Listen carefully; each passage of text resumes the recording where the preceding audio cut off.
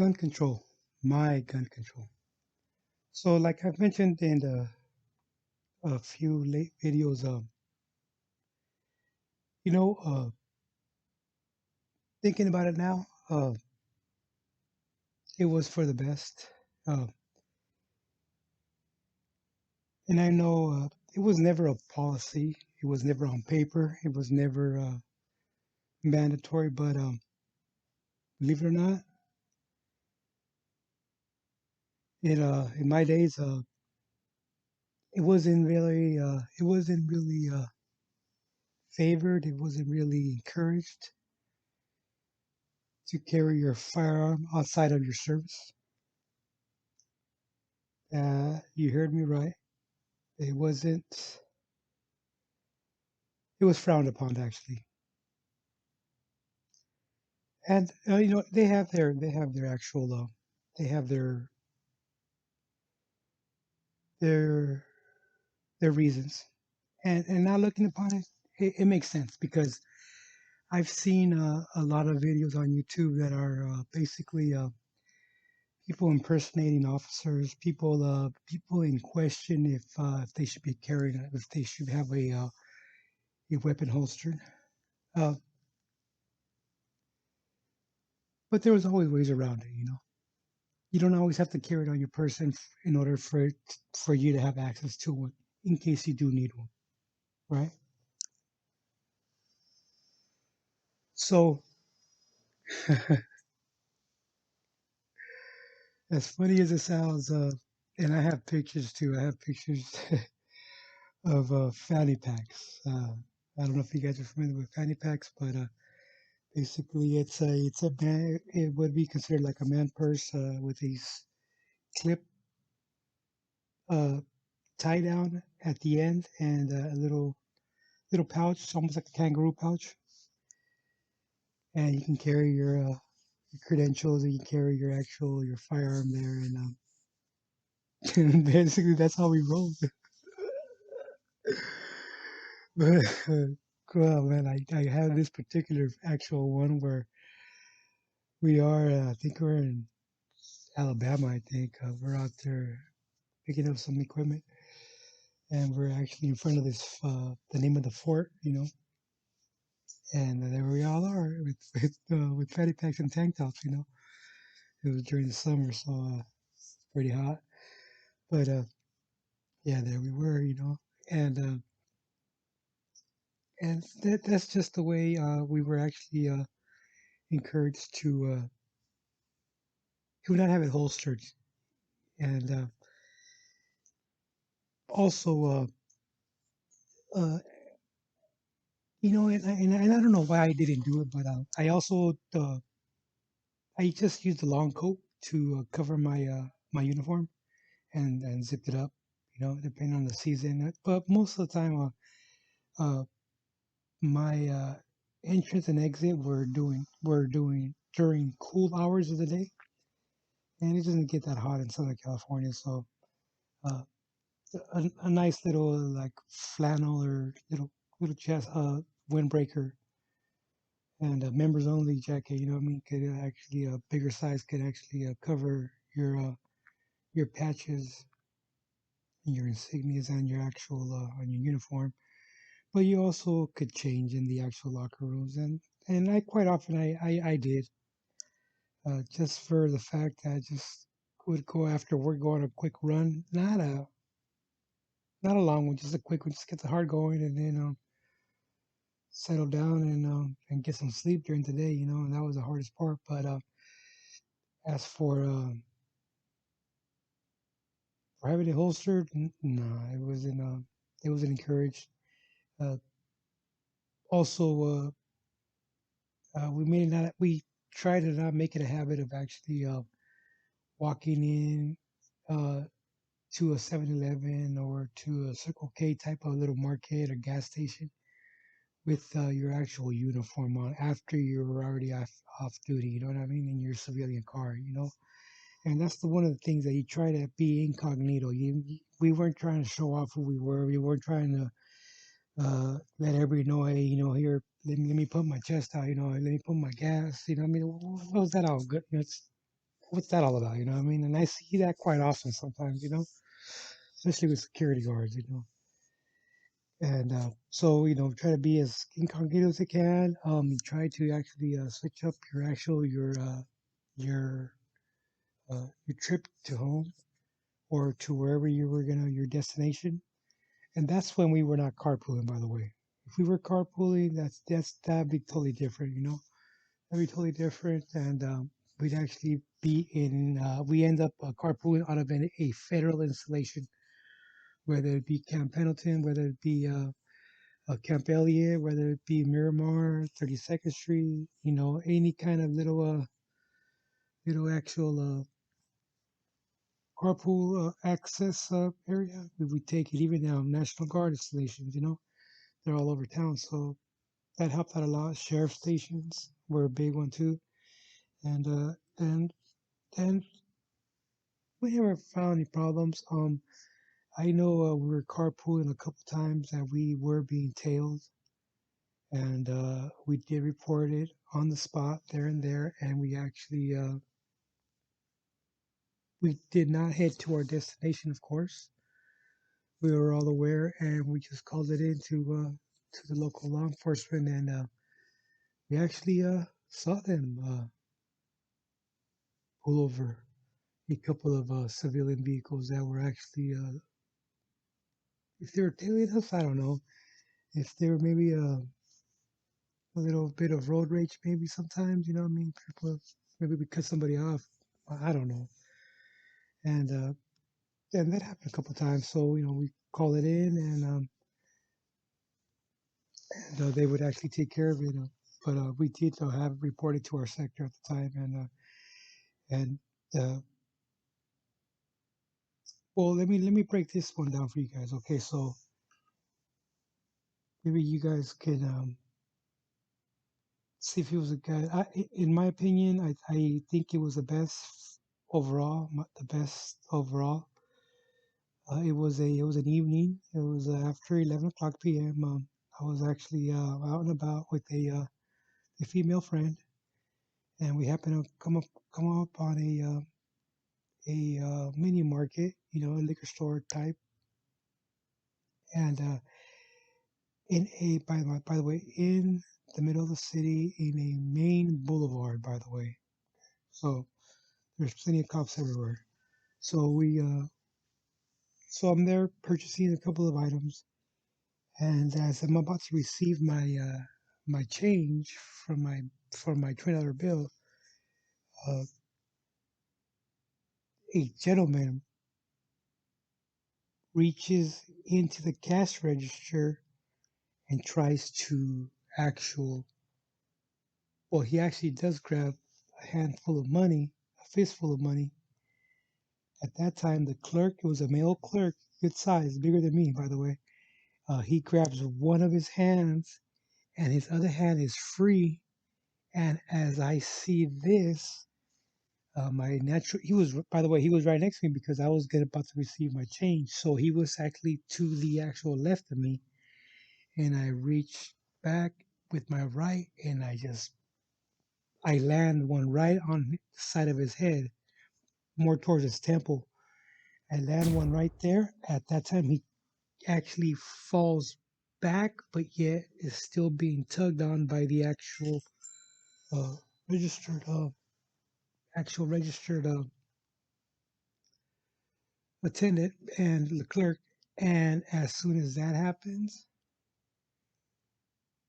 uh, he gets up again and is trying to now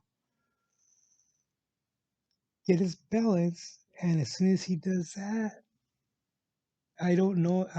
To tell the truth, I don't know what his hands did. I don't know exactly how this happened.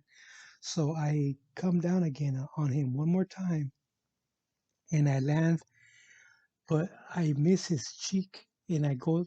I actually hit would be his his neck, but to where his skeleton starts, right below the neck, so where the bone starts there, and it actually hurt me. It actually hurt me a lot. And I went down on him like that one more time, hit him there. I missed his chin, like I said, And at that time, I heard a big, big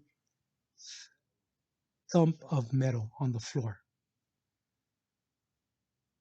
And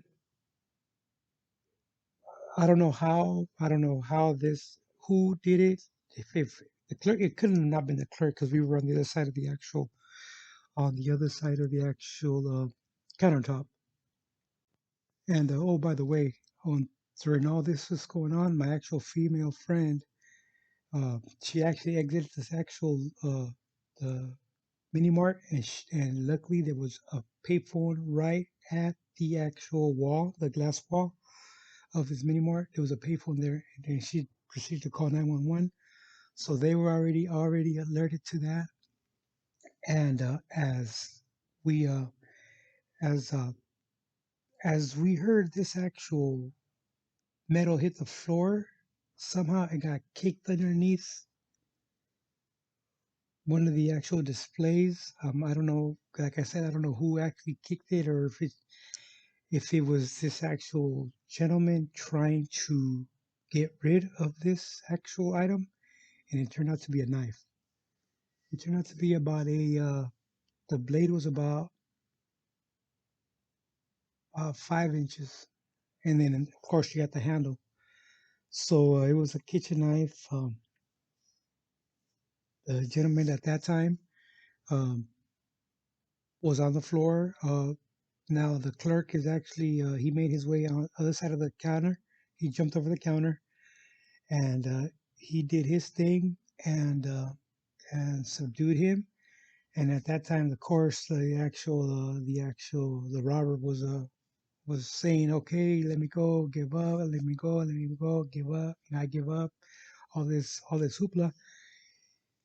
And at that point, I didn't realize that my friend already had called 911. I didn't realize that, so I went over to the clerks, the actual store's telephone, and I placed in that would be the second 911 call, and I gave them the information what was going down, and before you know it, there was helicopters there, there was canines there, and well, San Diego PD actually they were there deep, you know, and took this guy into custody. I did my statement, and never heard from them again, and went back and got my $5 change.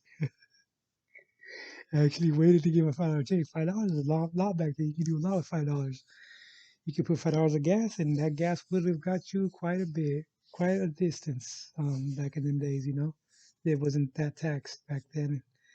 So, as for gun control, uh, they try to control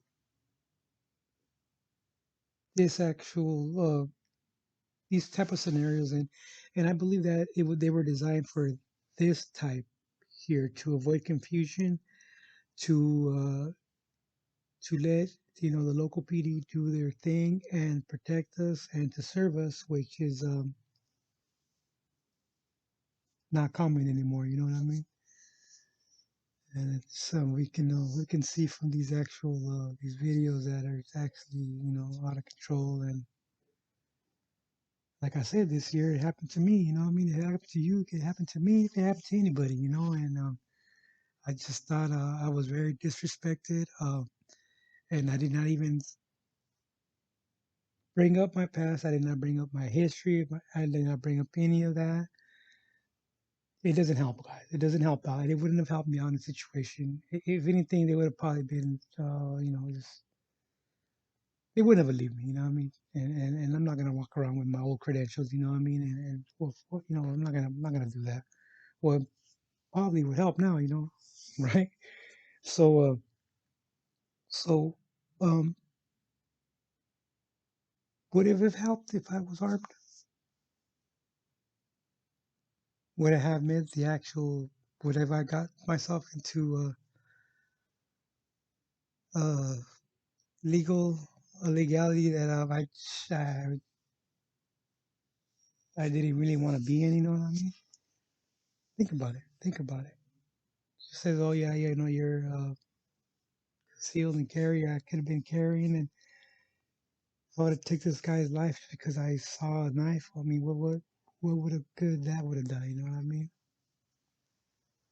It wasn't me and this clerk. We pretty much had it all under control. So having a weapon with me, I don't. I think it would have just been.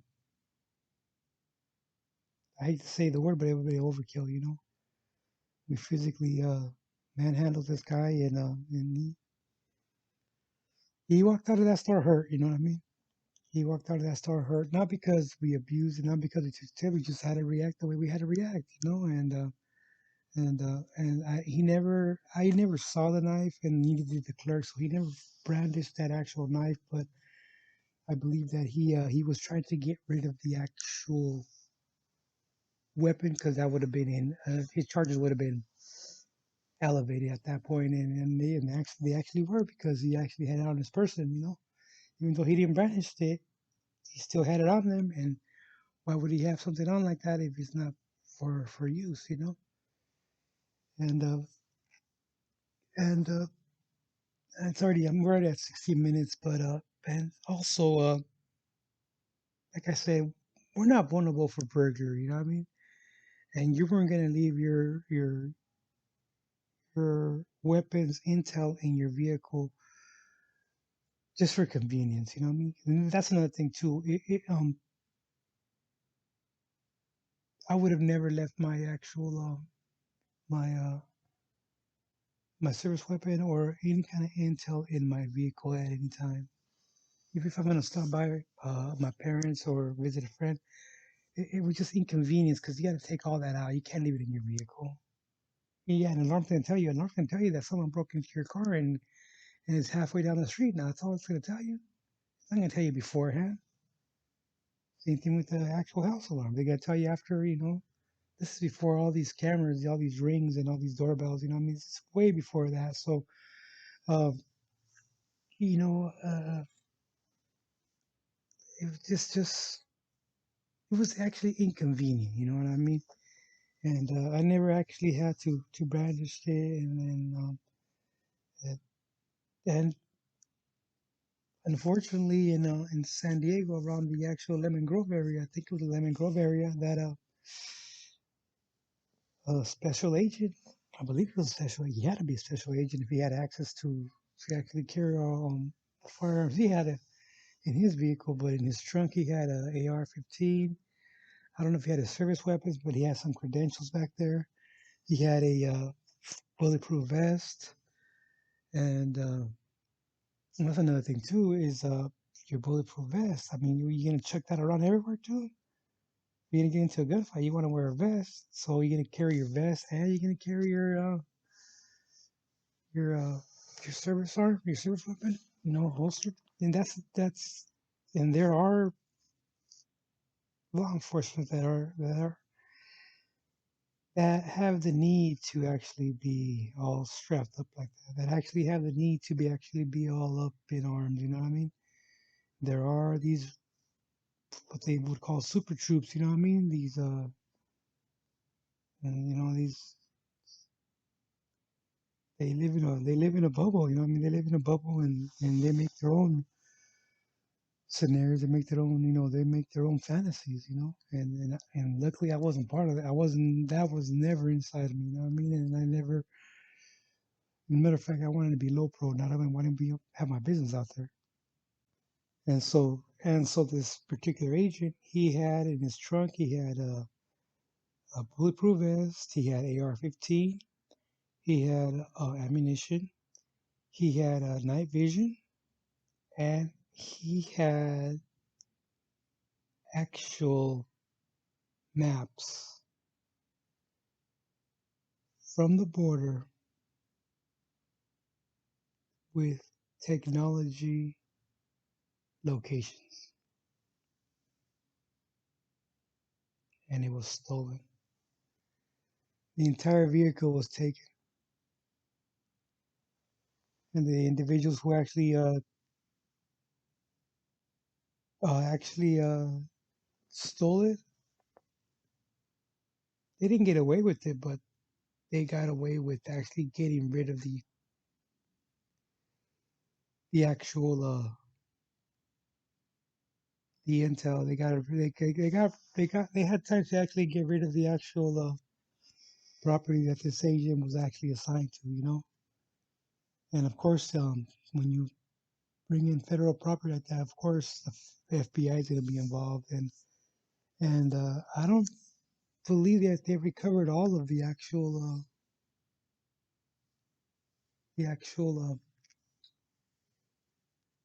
property.